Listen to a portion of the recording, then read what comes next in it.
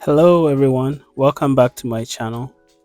In today's video, I bring you an update of the form work for the rooftop terrace.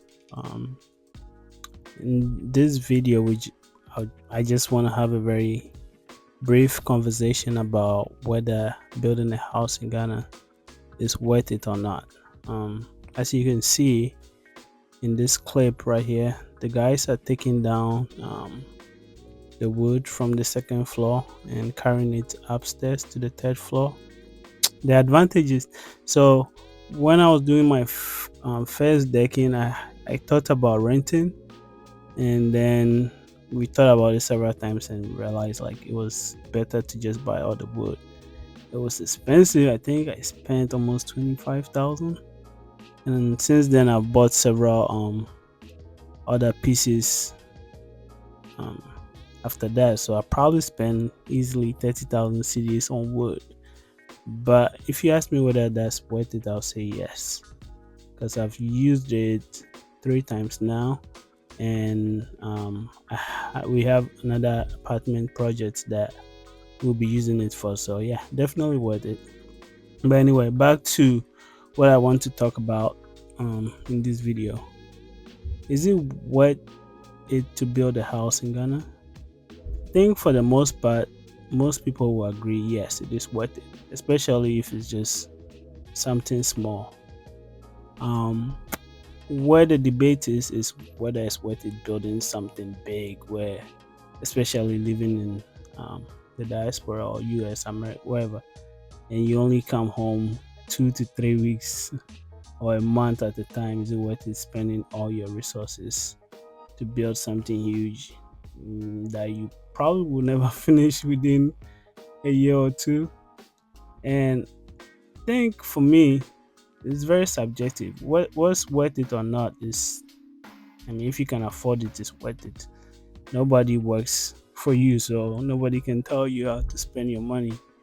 Um, it's just that simple, you know. Like people in just look at your own funds and see what you can afford. If you cannot afford it, don't go for it. And if it's aspirational, like me, when I started this, it was aspirational. I was like, I don't have this kind of money, but I'm gonna start, you know, and then I'll finish one day. I am only 36 years old, so my goal was to be done building before I turned 40. And also, I didn't want to start building in Ghana until I bought my own home here in the US. And when I was able to achieve that goal, I was like, well, the next goal is to build in Ghana. So whether building in Ghana is worth it or building a big home is worth it or not, is very, very, very subjective. Um, don't let nobody discourage you. If you can do it, do it.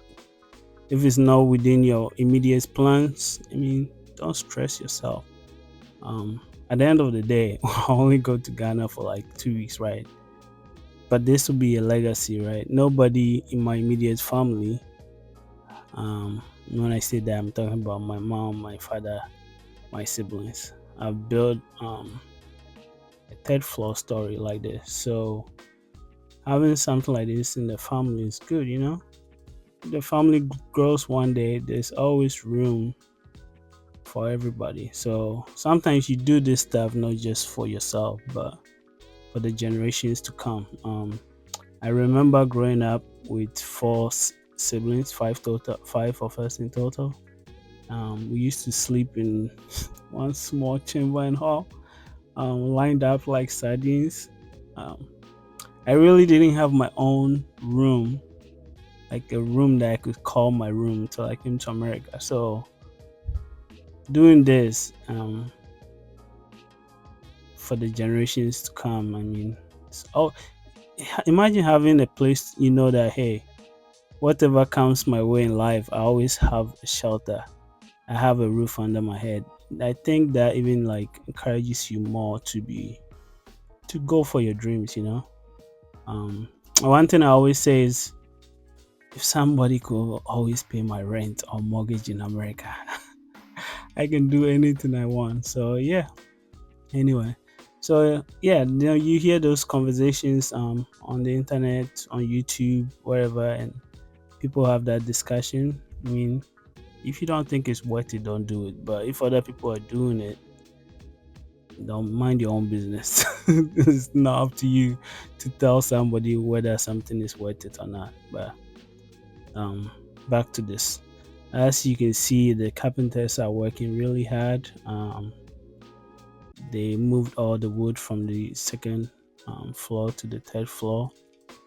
And they did all of this in 4 days.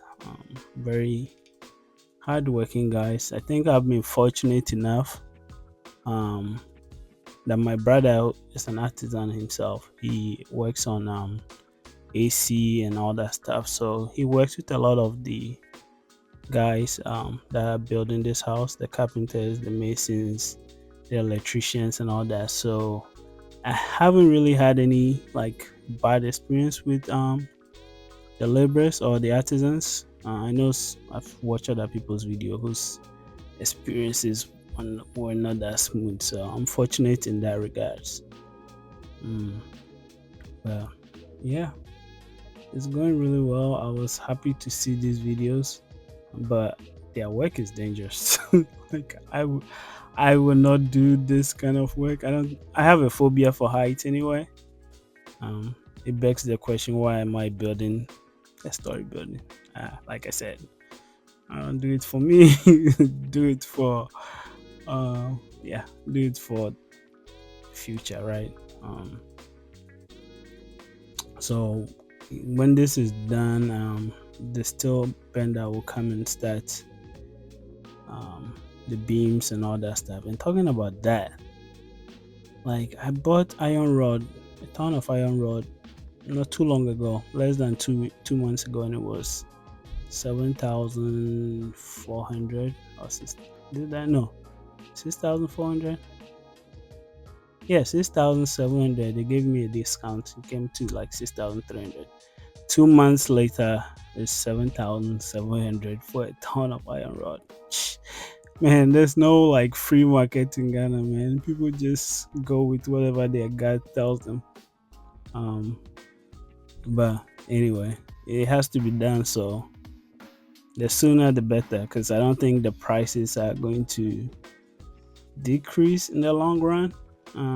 It's always going to be high. So I'm glad I'm doing it now than later.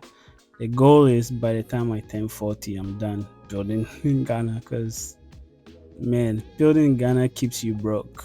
Um, like for real, it's hard to save when you're building in Ghana. Like you can still save, but if you want to get your work done sooner, it's hard. Anyway, thank you for watching this video. I really appreciate you for your time and for coming back.